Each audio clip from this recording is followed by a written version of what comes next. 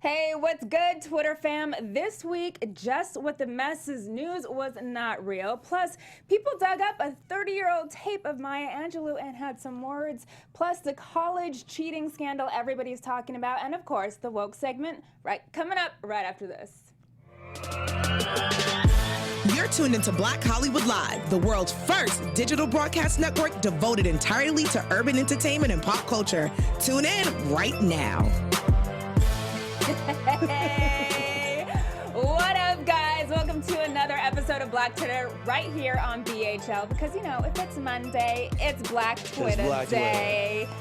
I'm your host, Alina Vission, and I'm joined by my wonderful co-host. Hey everybody, your host, Al Gregg. Just happy to be here with my sister from another mother. That's right, Al Squared. Al Squared. In the house. Oh, my goodness. How's your week going so far? My week's going good, and it's been a woke week. We're going to get all into that. Oh, yeah. Do you got your conspiracy I got my theories? conspiracy theories. I'm going to put on like my tinfoil kufi. Y'all going to see, man. I got all kind of theories going on, but you know, don't discount it. That's you got to pay right. attention. It's coming up. It's coming up. All right, so let's hop right into this because there was a lot of messiness going on about this weekend. Jess with the mess. So Jess Hilarious, comedian Jess Hilarious, got dragged on social media this weekend after she made some pretty hateful comments on her, I believe it was Instagram stories. So long story short, she was on a flight. Supposedly, the flight got evacuated. She claimed it was because of quote-unquote Muslims that were on the plane. And they were really Sikhs. And they were really Sikhs. God, don't even get me started on that. And she, after that, made a whole bunch of Instagram stories and pretty much doubled down, I'm sure, after people were calling her out and whatnot. So let's actually roll this. This is a tweet from somebody on Twitter. It says, "Just hilarious, you are racist AF and sounds so damn ignorant. The Sikh man was minding his business. Is this what you felt threatened about?" Okay, let's roll this tape because this is just hilarious in her own words. We're on our flight. Where are you going? Where are you going? Tell me, if I'm scared, I'm scared. Fuck y'all. Fuck how y'all feel. Y'all mad at me because I don't side with every other black person. Because I don't side with every other race. I'm mad at you because y'all. that I feel beige how do-rag. I feel. I felt threatened, and that was Speak it. on it. Fuck y'all. And I'm not flying there. We were evacuated, bitch. Why? Why? With no reason explained at all. No technical Makes me difficulties tired. or nothing. Y'all gonna listen to Just With the Mess one day. Because my news is real. Oh, back on the same So plane. how ironic is it that we boarded the same plane and I don't see those people? Yeah, we're fully boarded. So Eat my she's ass. implying the people with the turbans were not let back on Back for some on, reason. right. To Okay. the mess. And my news be real. Tune in. Okay. Woo.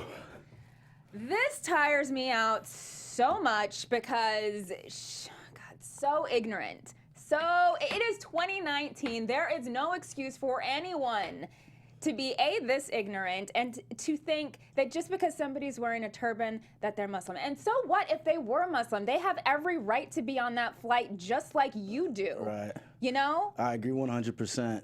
The one thing I think it kind of punches a hole in the hole, I think, like where people assume that intersectionalism is something that's universal because obviously she's a black woman.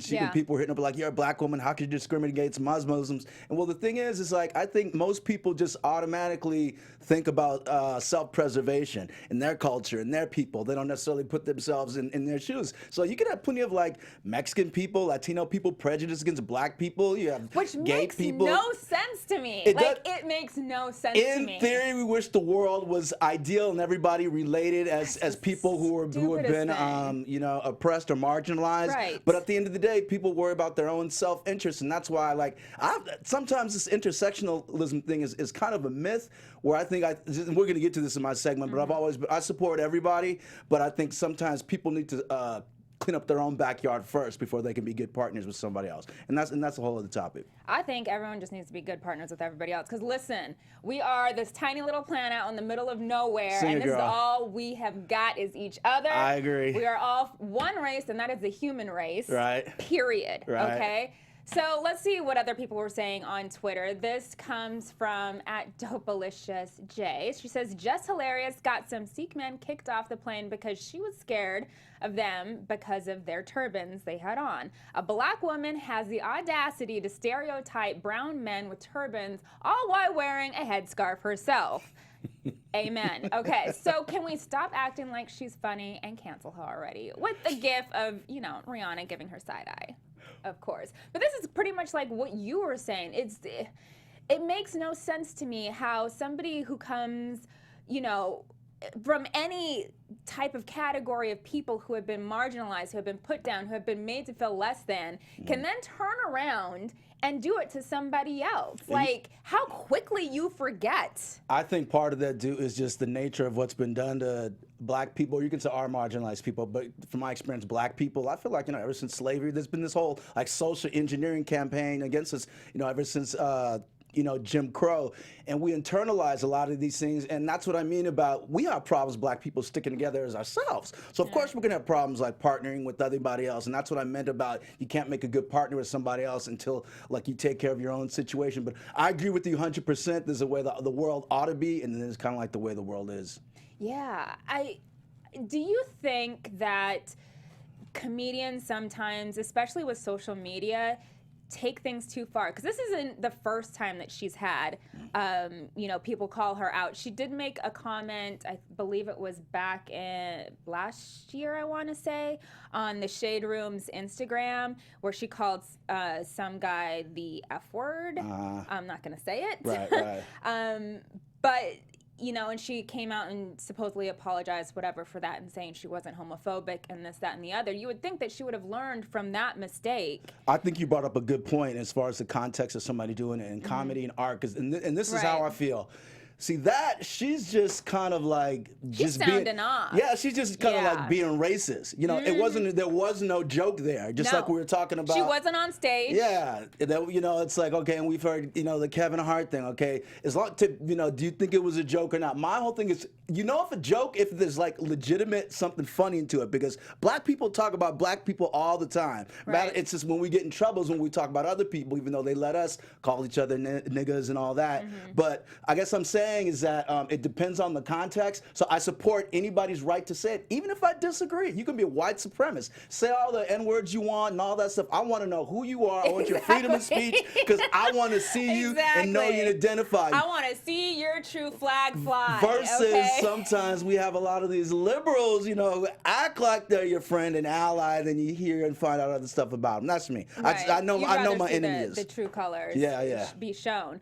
But at the same time, it's like she has a huge platform. I believe on Instagram, she has like 4.4 million followers. I'm not quite sure how many. That's why I discovered it was online. Me too. I discovered her too. And I was like, oh, she's funny. And then I saw this, and for me, this was too much. Hopefully she learned a lesson. Yeah, I was like, sorry, girl, I can't support this. I disagree with it. This. It wasn't a joke. It wasn't a satire. It wasn't funny. It was just straight up racism. So this was a day after 50 people, innocent people in New Zealand were murdered in their place of worship. 50 like Muslims, really? Right? Exactly. Really, you're going to come out saying this the day after the whole world is mourning, and you're coming out saying this. Yeah, hopefully. I mean, I like to give people room to grow, so I know she's younger than me, so hope she'll learn a lesson and she'll evolve. All right, speaking of growing, can we go to the tweet? Yes, there we go, because she actually,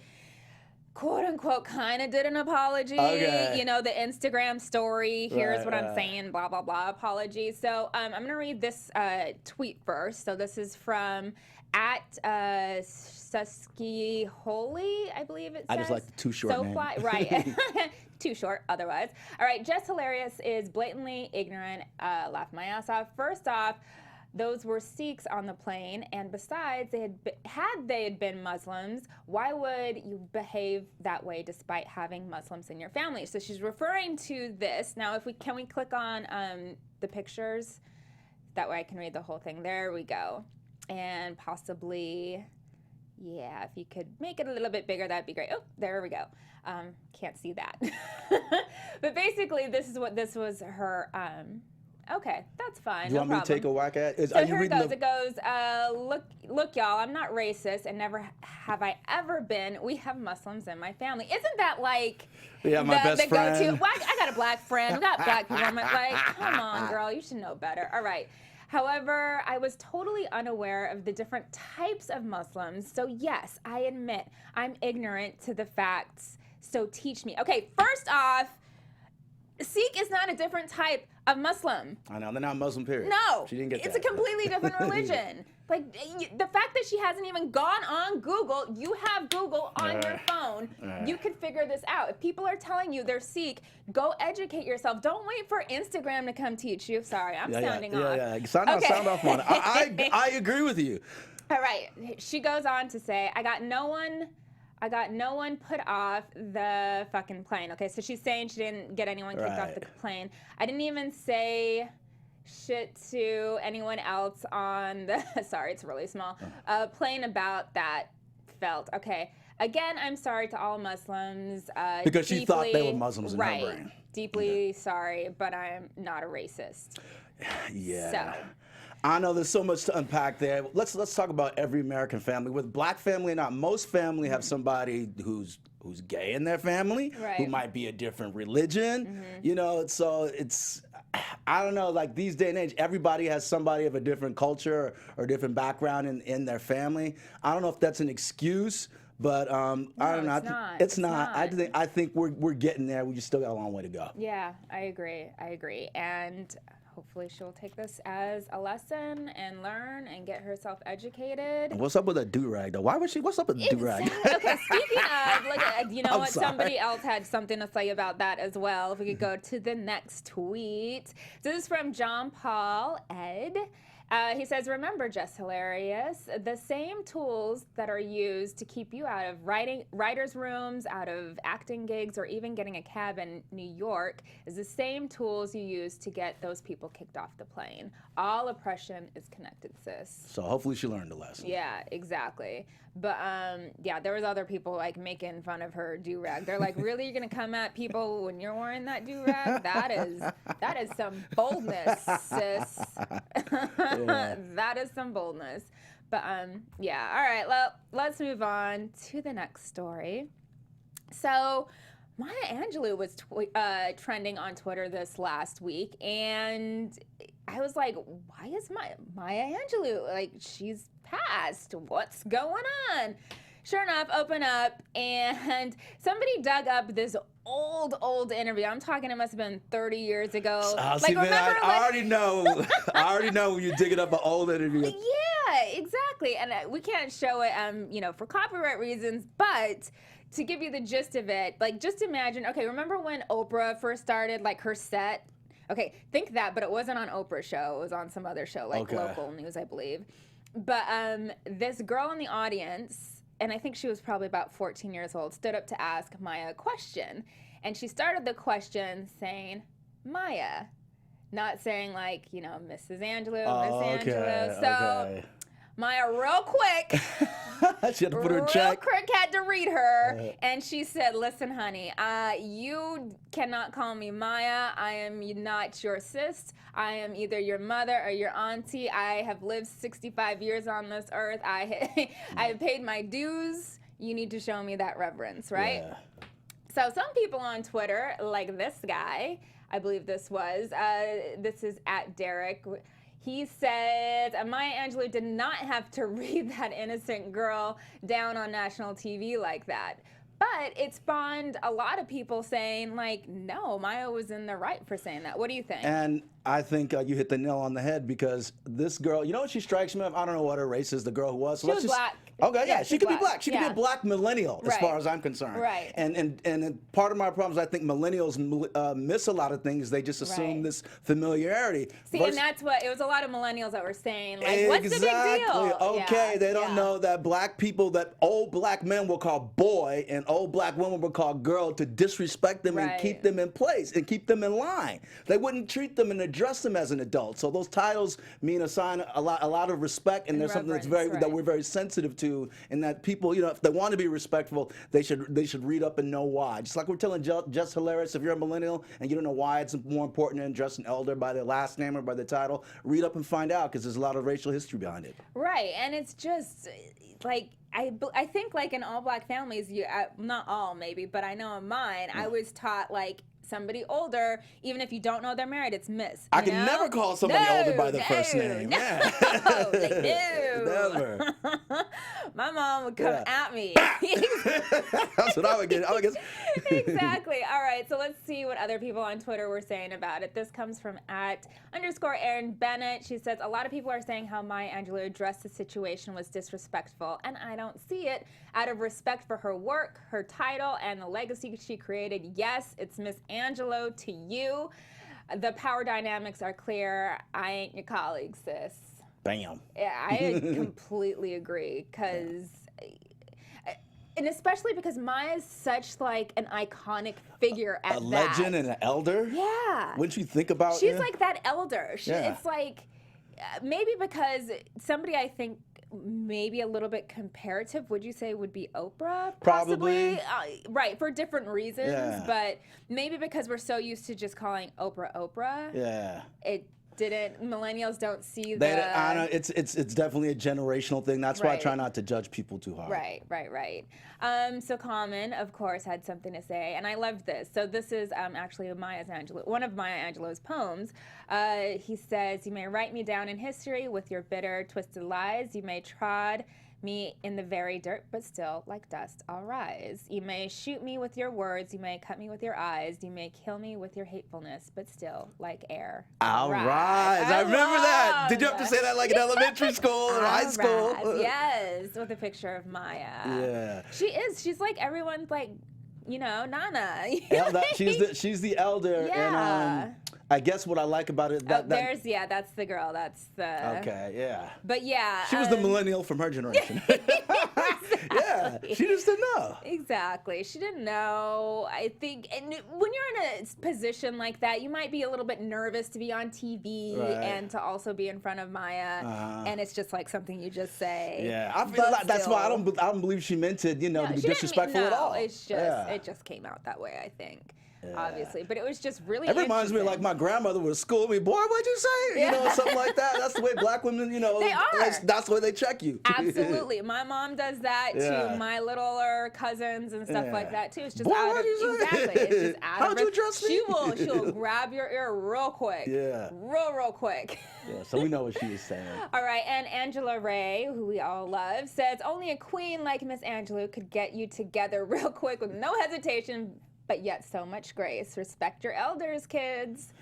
And and it's funny that her words still echo like from the grave. Still she rises, like her legacy rises on what she taught us. Exactly. So shout out to Angela Ray. Exactly. All right, so moving on. What's up next? Oh, the college cheating scandal. Oh, that one. That's a juicy one. Because Black Twitter had a lot to say about this. A field day with that. Yes. Oh, my goodness. All right. So for those of you, if you've been living under a rock, I will briefly go on to explain what happened. So this last week, the FBI conducted they did a whole lot of indictments. I think there was like 50 people that were wrapped up in this whole college entrance exam cheating, like trying to get your kid into college scandal. A couple of Hollywood starlets were caught up, Lori Loughlin and Felicity. What's her last name? Huffman? Yes, Felicity Huffman, thank you. As far as, and a lot of other like real estate, business moguls, all this, paying extreme amounts of money to get their kids I think almost too much money, at least for USC. $500,000 for USC. And you don't even have to have good grades to go to USC. I went to USC and I had good grades, but you don't even have to have good grades to go to USC. Now, how did you get into USC? Well, because I came from Berkeley and I had a 4.0 that I graduated with, and I went to the graduate film program. There you go. Yeah. So see, you did it the right way. But the old-fashioned way. Hey, leave them poor rich white people alone.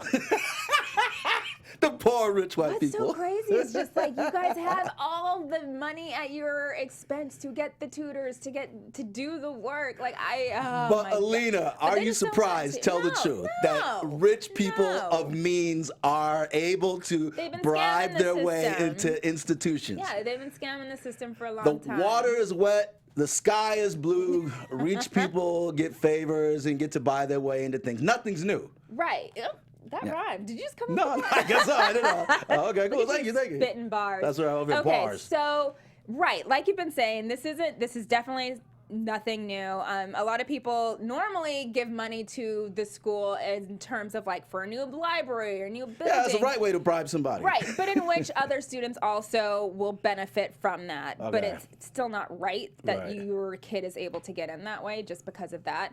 But there's people out there who have done a lot less and who are probably gonna have a larger sentence than these people will, because just we know they're probably not going to serve much time. It's just they have the money to buy the legal defense. That's part of the privilege. It is, exactly. It's just this never-ending cycle. Somebody in their family might be a judge or like work in the, Right. the judicial.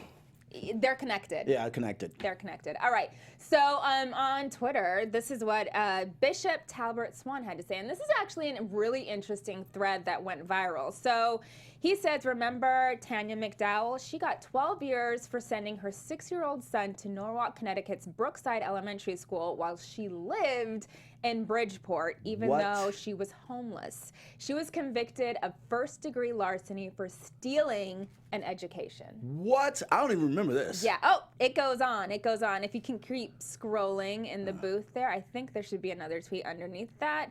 Correct. Here we go. Remember Kelly Williams Bowler? She was convicted of using the wrong residence to get her daughters into a better school district in Ohio than underperforming Akron. She was sentenced to 3 years in order to pay $30,000 to the school district. These are both black women, for those of you who cannot see. For using an address. And I know people who Everybody do that. does Everybody that. does that. White people do it. Everybody all does the that. time. All the time. But she got accused of quote unquote stealing an education. How can you steal an education unless these people who just got caught, they're stealing an education because their kids took a spot away from somebody who actually deserved They are, it. and they did. Yeah. And I so think I hope we see some type of sentence. you want them to make like an example this. of these momos. I think so. I think so. Okay. Otherwise, it's like, when is it going to Yeah. end? Rich people are going to continue. They're going to find another way Right. to do this. Right. So yeah, here's some more people on Black Twitter. This is from Raquel Willis. She says, shout out to all the black students and students of color who have been what is it? Harangued. Right, by their white peers about affirmative Well, action. that's what white people, and I'm not talking to all white people. No, all we're not talking, all. This, No. the minority of racist white people out there, and black people can be racist too, as we discovered. That is true. What people don't realize about affirmative action, it wouldn't be taking somebody who was unqualified and putting them in a spot that they didn't deserve. Right. It would be taking two people with the exact same qualifications, and then you're looking at the other challenges, the other things this person had, their life, their culture, their background, the economic challenges. But two people who were equally qualified, affirmative action tells you to make your choice based on that, and it's not like letting somebody who didn't deserve Serve it in. Yeah. And it's like the people who say, oh, down with affirmative action because it's taking my place. Okay, so just because your skin is white, that's your That's place? affirmative action. That's privilege right there. Exactly. Well, yeah. Don't get me started. 'Cause I'm I know. But yeah, it was just it's very, very interesting to see. So this is another tweet. This is from Nia Reed. She says, remember these Atlanta teachers and principals that helped 8th graders standardize tests? Remember that. 20-year sentence for some of them. What?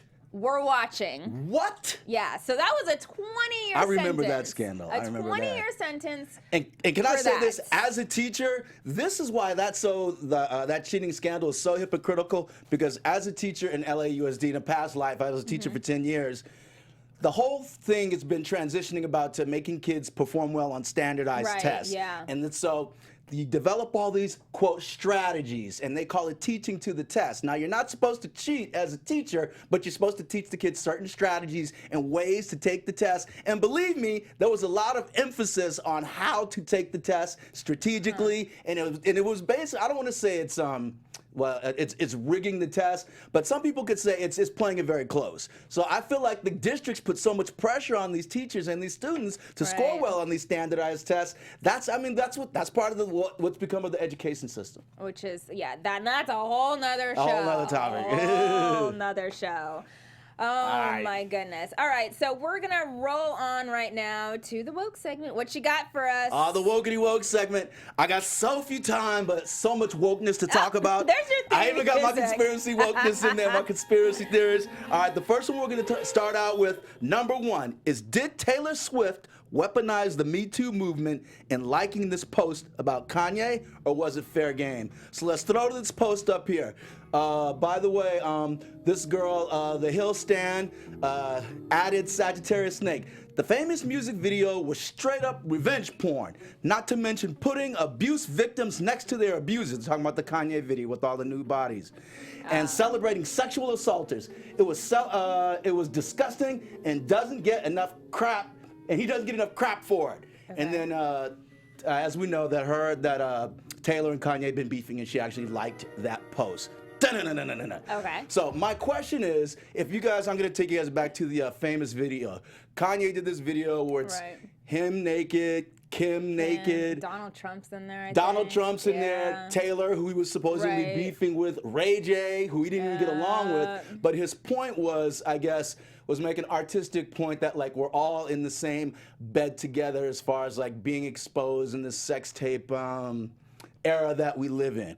But my question to you, did you take him depicting Taylor in the video? By the way, he got permission to get I think to even put her in the song and in the video. He called it. That was a whole other thing. Oh, right, yeah. That's a whole other thing. But the point is, do you think that was first, do you see any abusers in there, and do you see any victims in there?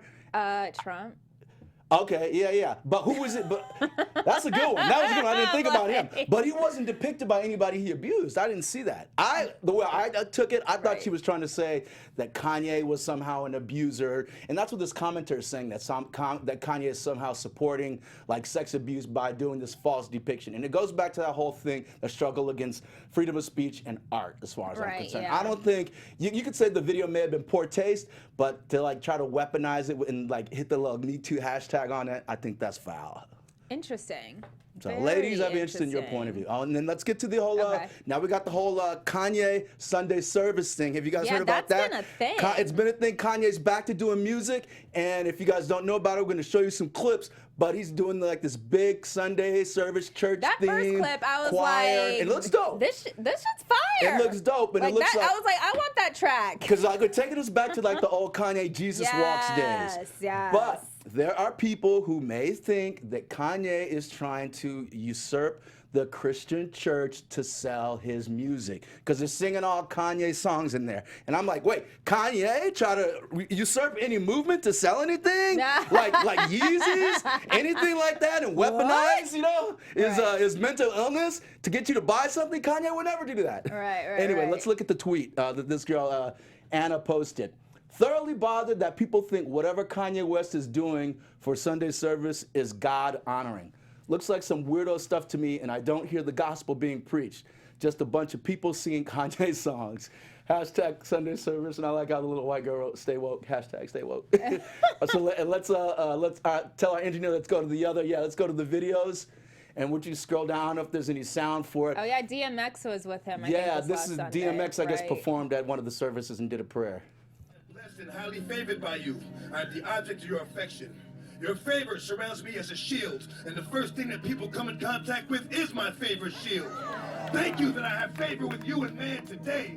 All day long, people go out of their way to bless and to help me. I have favor with everyone that I deal with today. DMX. Doors that were once closed are now open for me. I receive treatment. I am God's Every favorite album child. DMX has a Oh, prayer wait, hold on on. it too. What will he withhold from me? I'm like, when's the beat gonna kick in? Right? It's taking a I'm while. waiting for the beat. You know, let's just wind this on up. Thank you, Jonathan, for showing us Oh, this. that's a long one, yeah. Yeah. And we like DMX, and we're glad. And DMX is always, every album he's had, he's talking about his spiritual struggle, like between Right. God and all his demons and stuff. So I like that. But getting back to the whole Kanye thing, because Kanye songs, I don't know if they were only Kanye songs, but because Kanye songs were used in these concerts, these service, do you think it's kind of self-promoting? Everything he does. He's Yeah. married to a Kardashian. Yeah. Everything they do Well, is Kim posted self-promoting. this. Yeah, Kim exactly. posted this, They yeah. had their daughter North there, like dancing. Thank I you. mean, So everything is it self-serving. is self-promotion. Look, if he is like getting right with the Lord and he's finding his, spiritual self, like, amen, bless him on that. Go for it, homie. But should you be kind of exploiting all that? No. Yeah, probably not. That's like.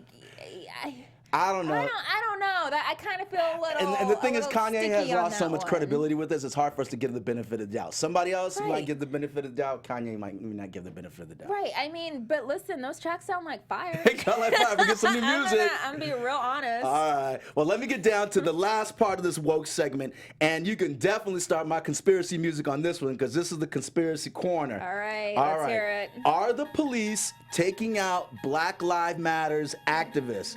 6 black men related to the Michael Brown protests in Ferguson were found suicided in suspicious conditions.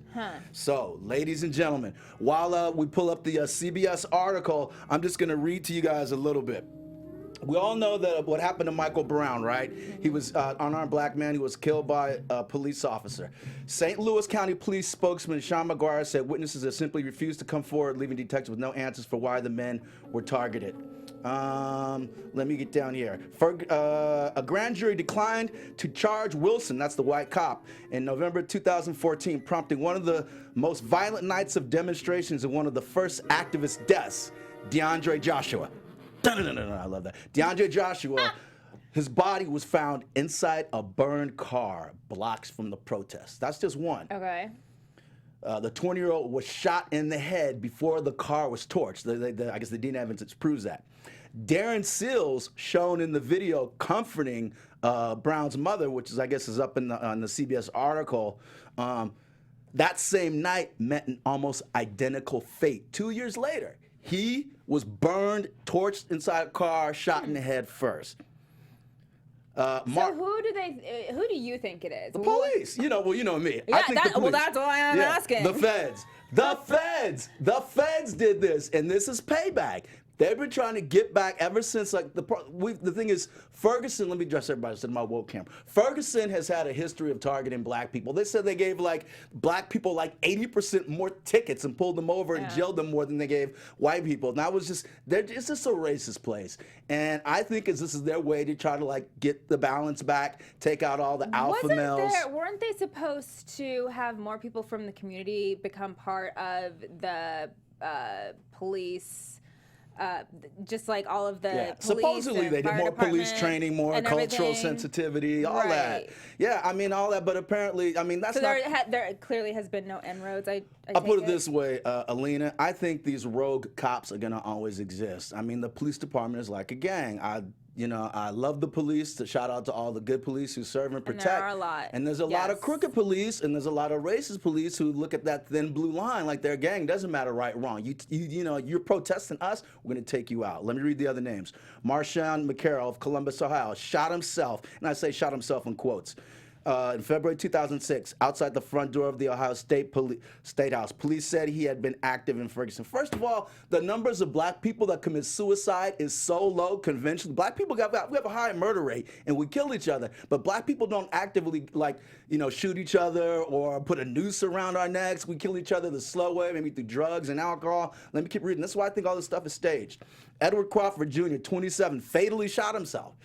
After telling acquaintances he had been distraught over personal issues, police said. A photo of Crawford firing a tear gas canister back at police during a Ferguson protest was part of the Louis Post-Dispatch's Pulitzer Prize-winning coverage. I got to shout out to this brother. Okay, whatever Crawford did during the protests of Ferguson, they shot a canister, a tear gas at him. He picked it up and threw it back at the police, which I think is like, that's the kind of brother. We need people, instead of being internet gangsters, like that's somebody who like ride and die for the cause. Gangster. But anyway, but shout out to him. But there's a lot. That guy, he couldn't find money for his health bills. He was depressed about it. Where'd all that money to Ferguson go? Where'd all that Black Lives Money go? Don't get me started. He's on it. Sean King and D-Ray, right. all that money you guys raised, this guy couldn't even find hospital help. And they have problems, you know, for his funeral. Last one, in October 24th.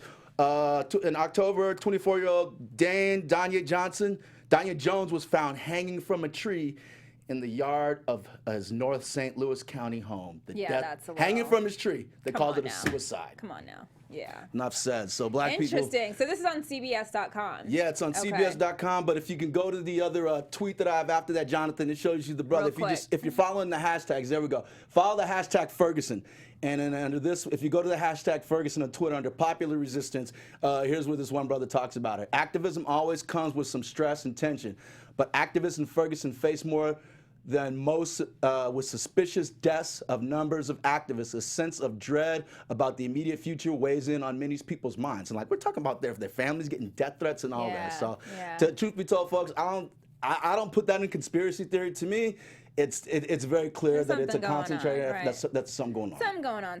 Well, thanks for bringing that to light. And if anybody wants to read more about that, like Al said, follow the hashtag. There you go. Ferguson, and check out CBS.com. If it's on CBS, it's probably on other places too by now. It's finally going mainstream. Yeah, exactly. All right, so that wraps up this episode. So where can the good people find you?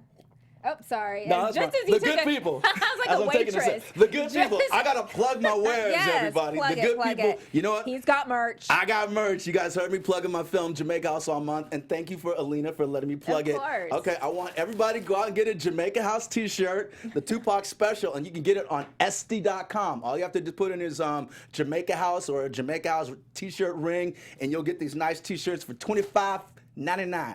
Support the brother, yeah, and it okay? goes to the good cause. All right, and where can people find you? You can find me on Twitter at JamaicaHouseDoc and on my IG, Alg_Jamaica House. And shout out to my boy Indy at, what is Indy's new thing right now? Novelty Soundbites. You can get the T-shirts link there too. Cool. And, you know, you guys can follow me on all social media at Alina Vission. And this is actually my last show. I know. I'm not going to be here anymore. Alina, so what's going on? Why aren't you going to be with us anymore? I got a new gig. Not going to say what it is yet. Okay, don't jinx it. But, yeah, I'm really excited about it. So that's for those of you who don't know, what's obvious, Alina's immensely talented. She's a producer, a filmmaker, music.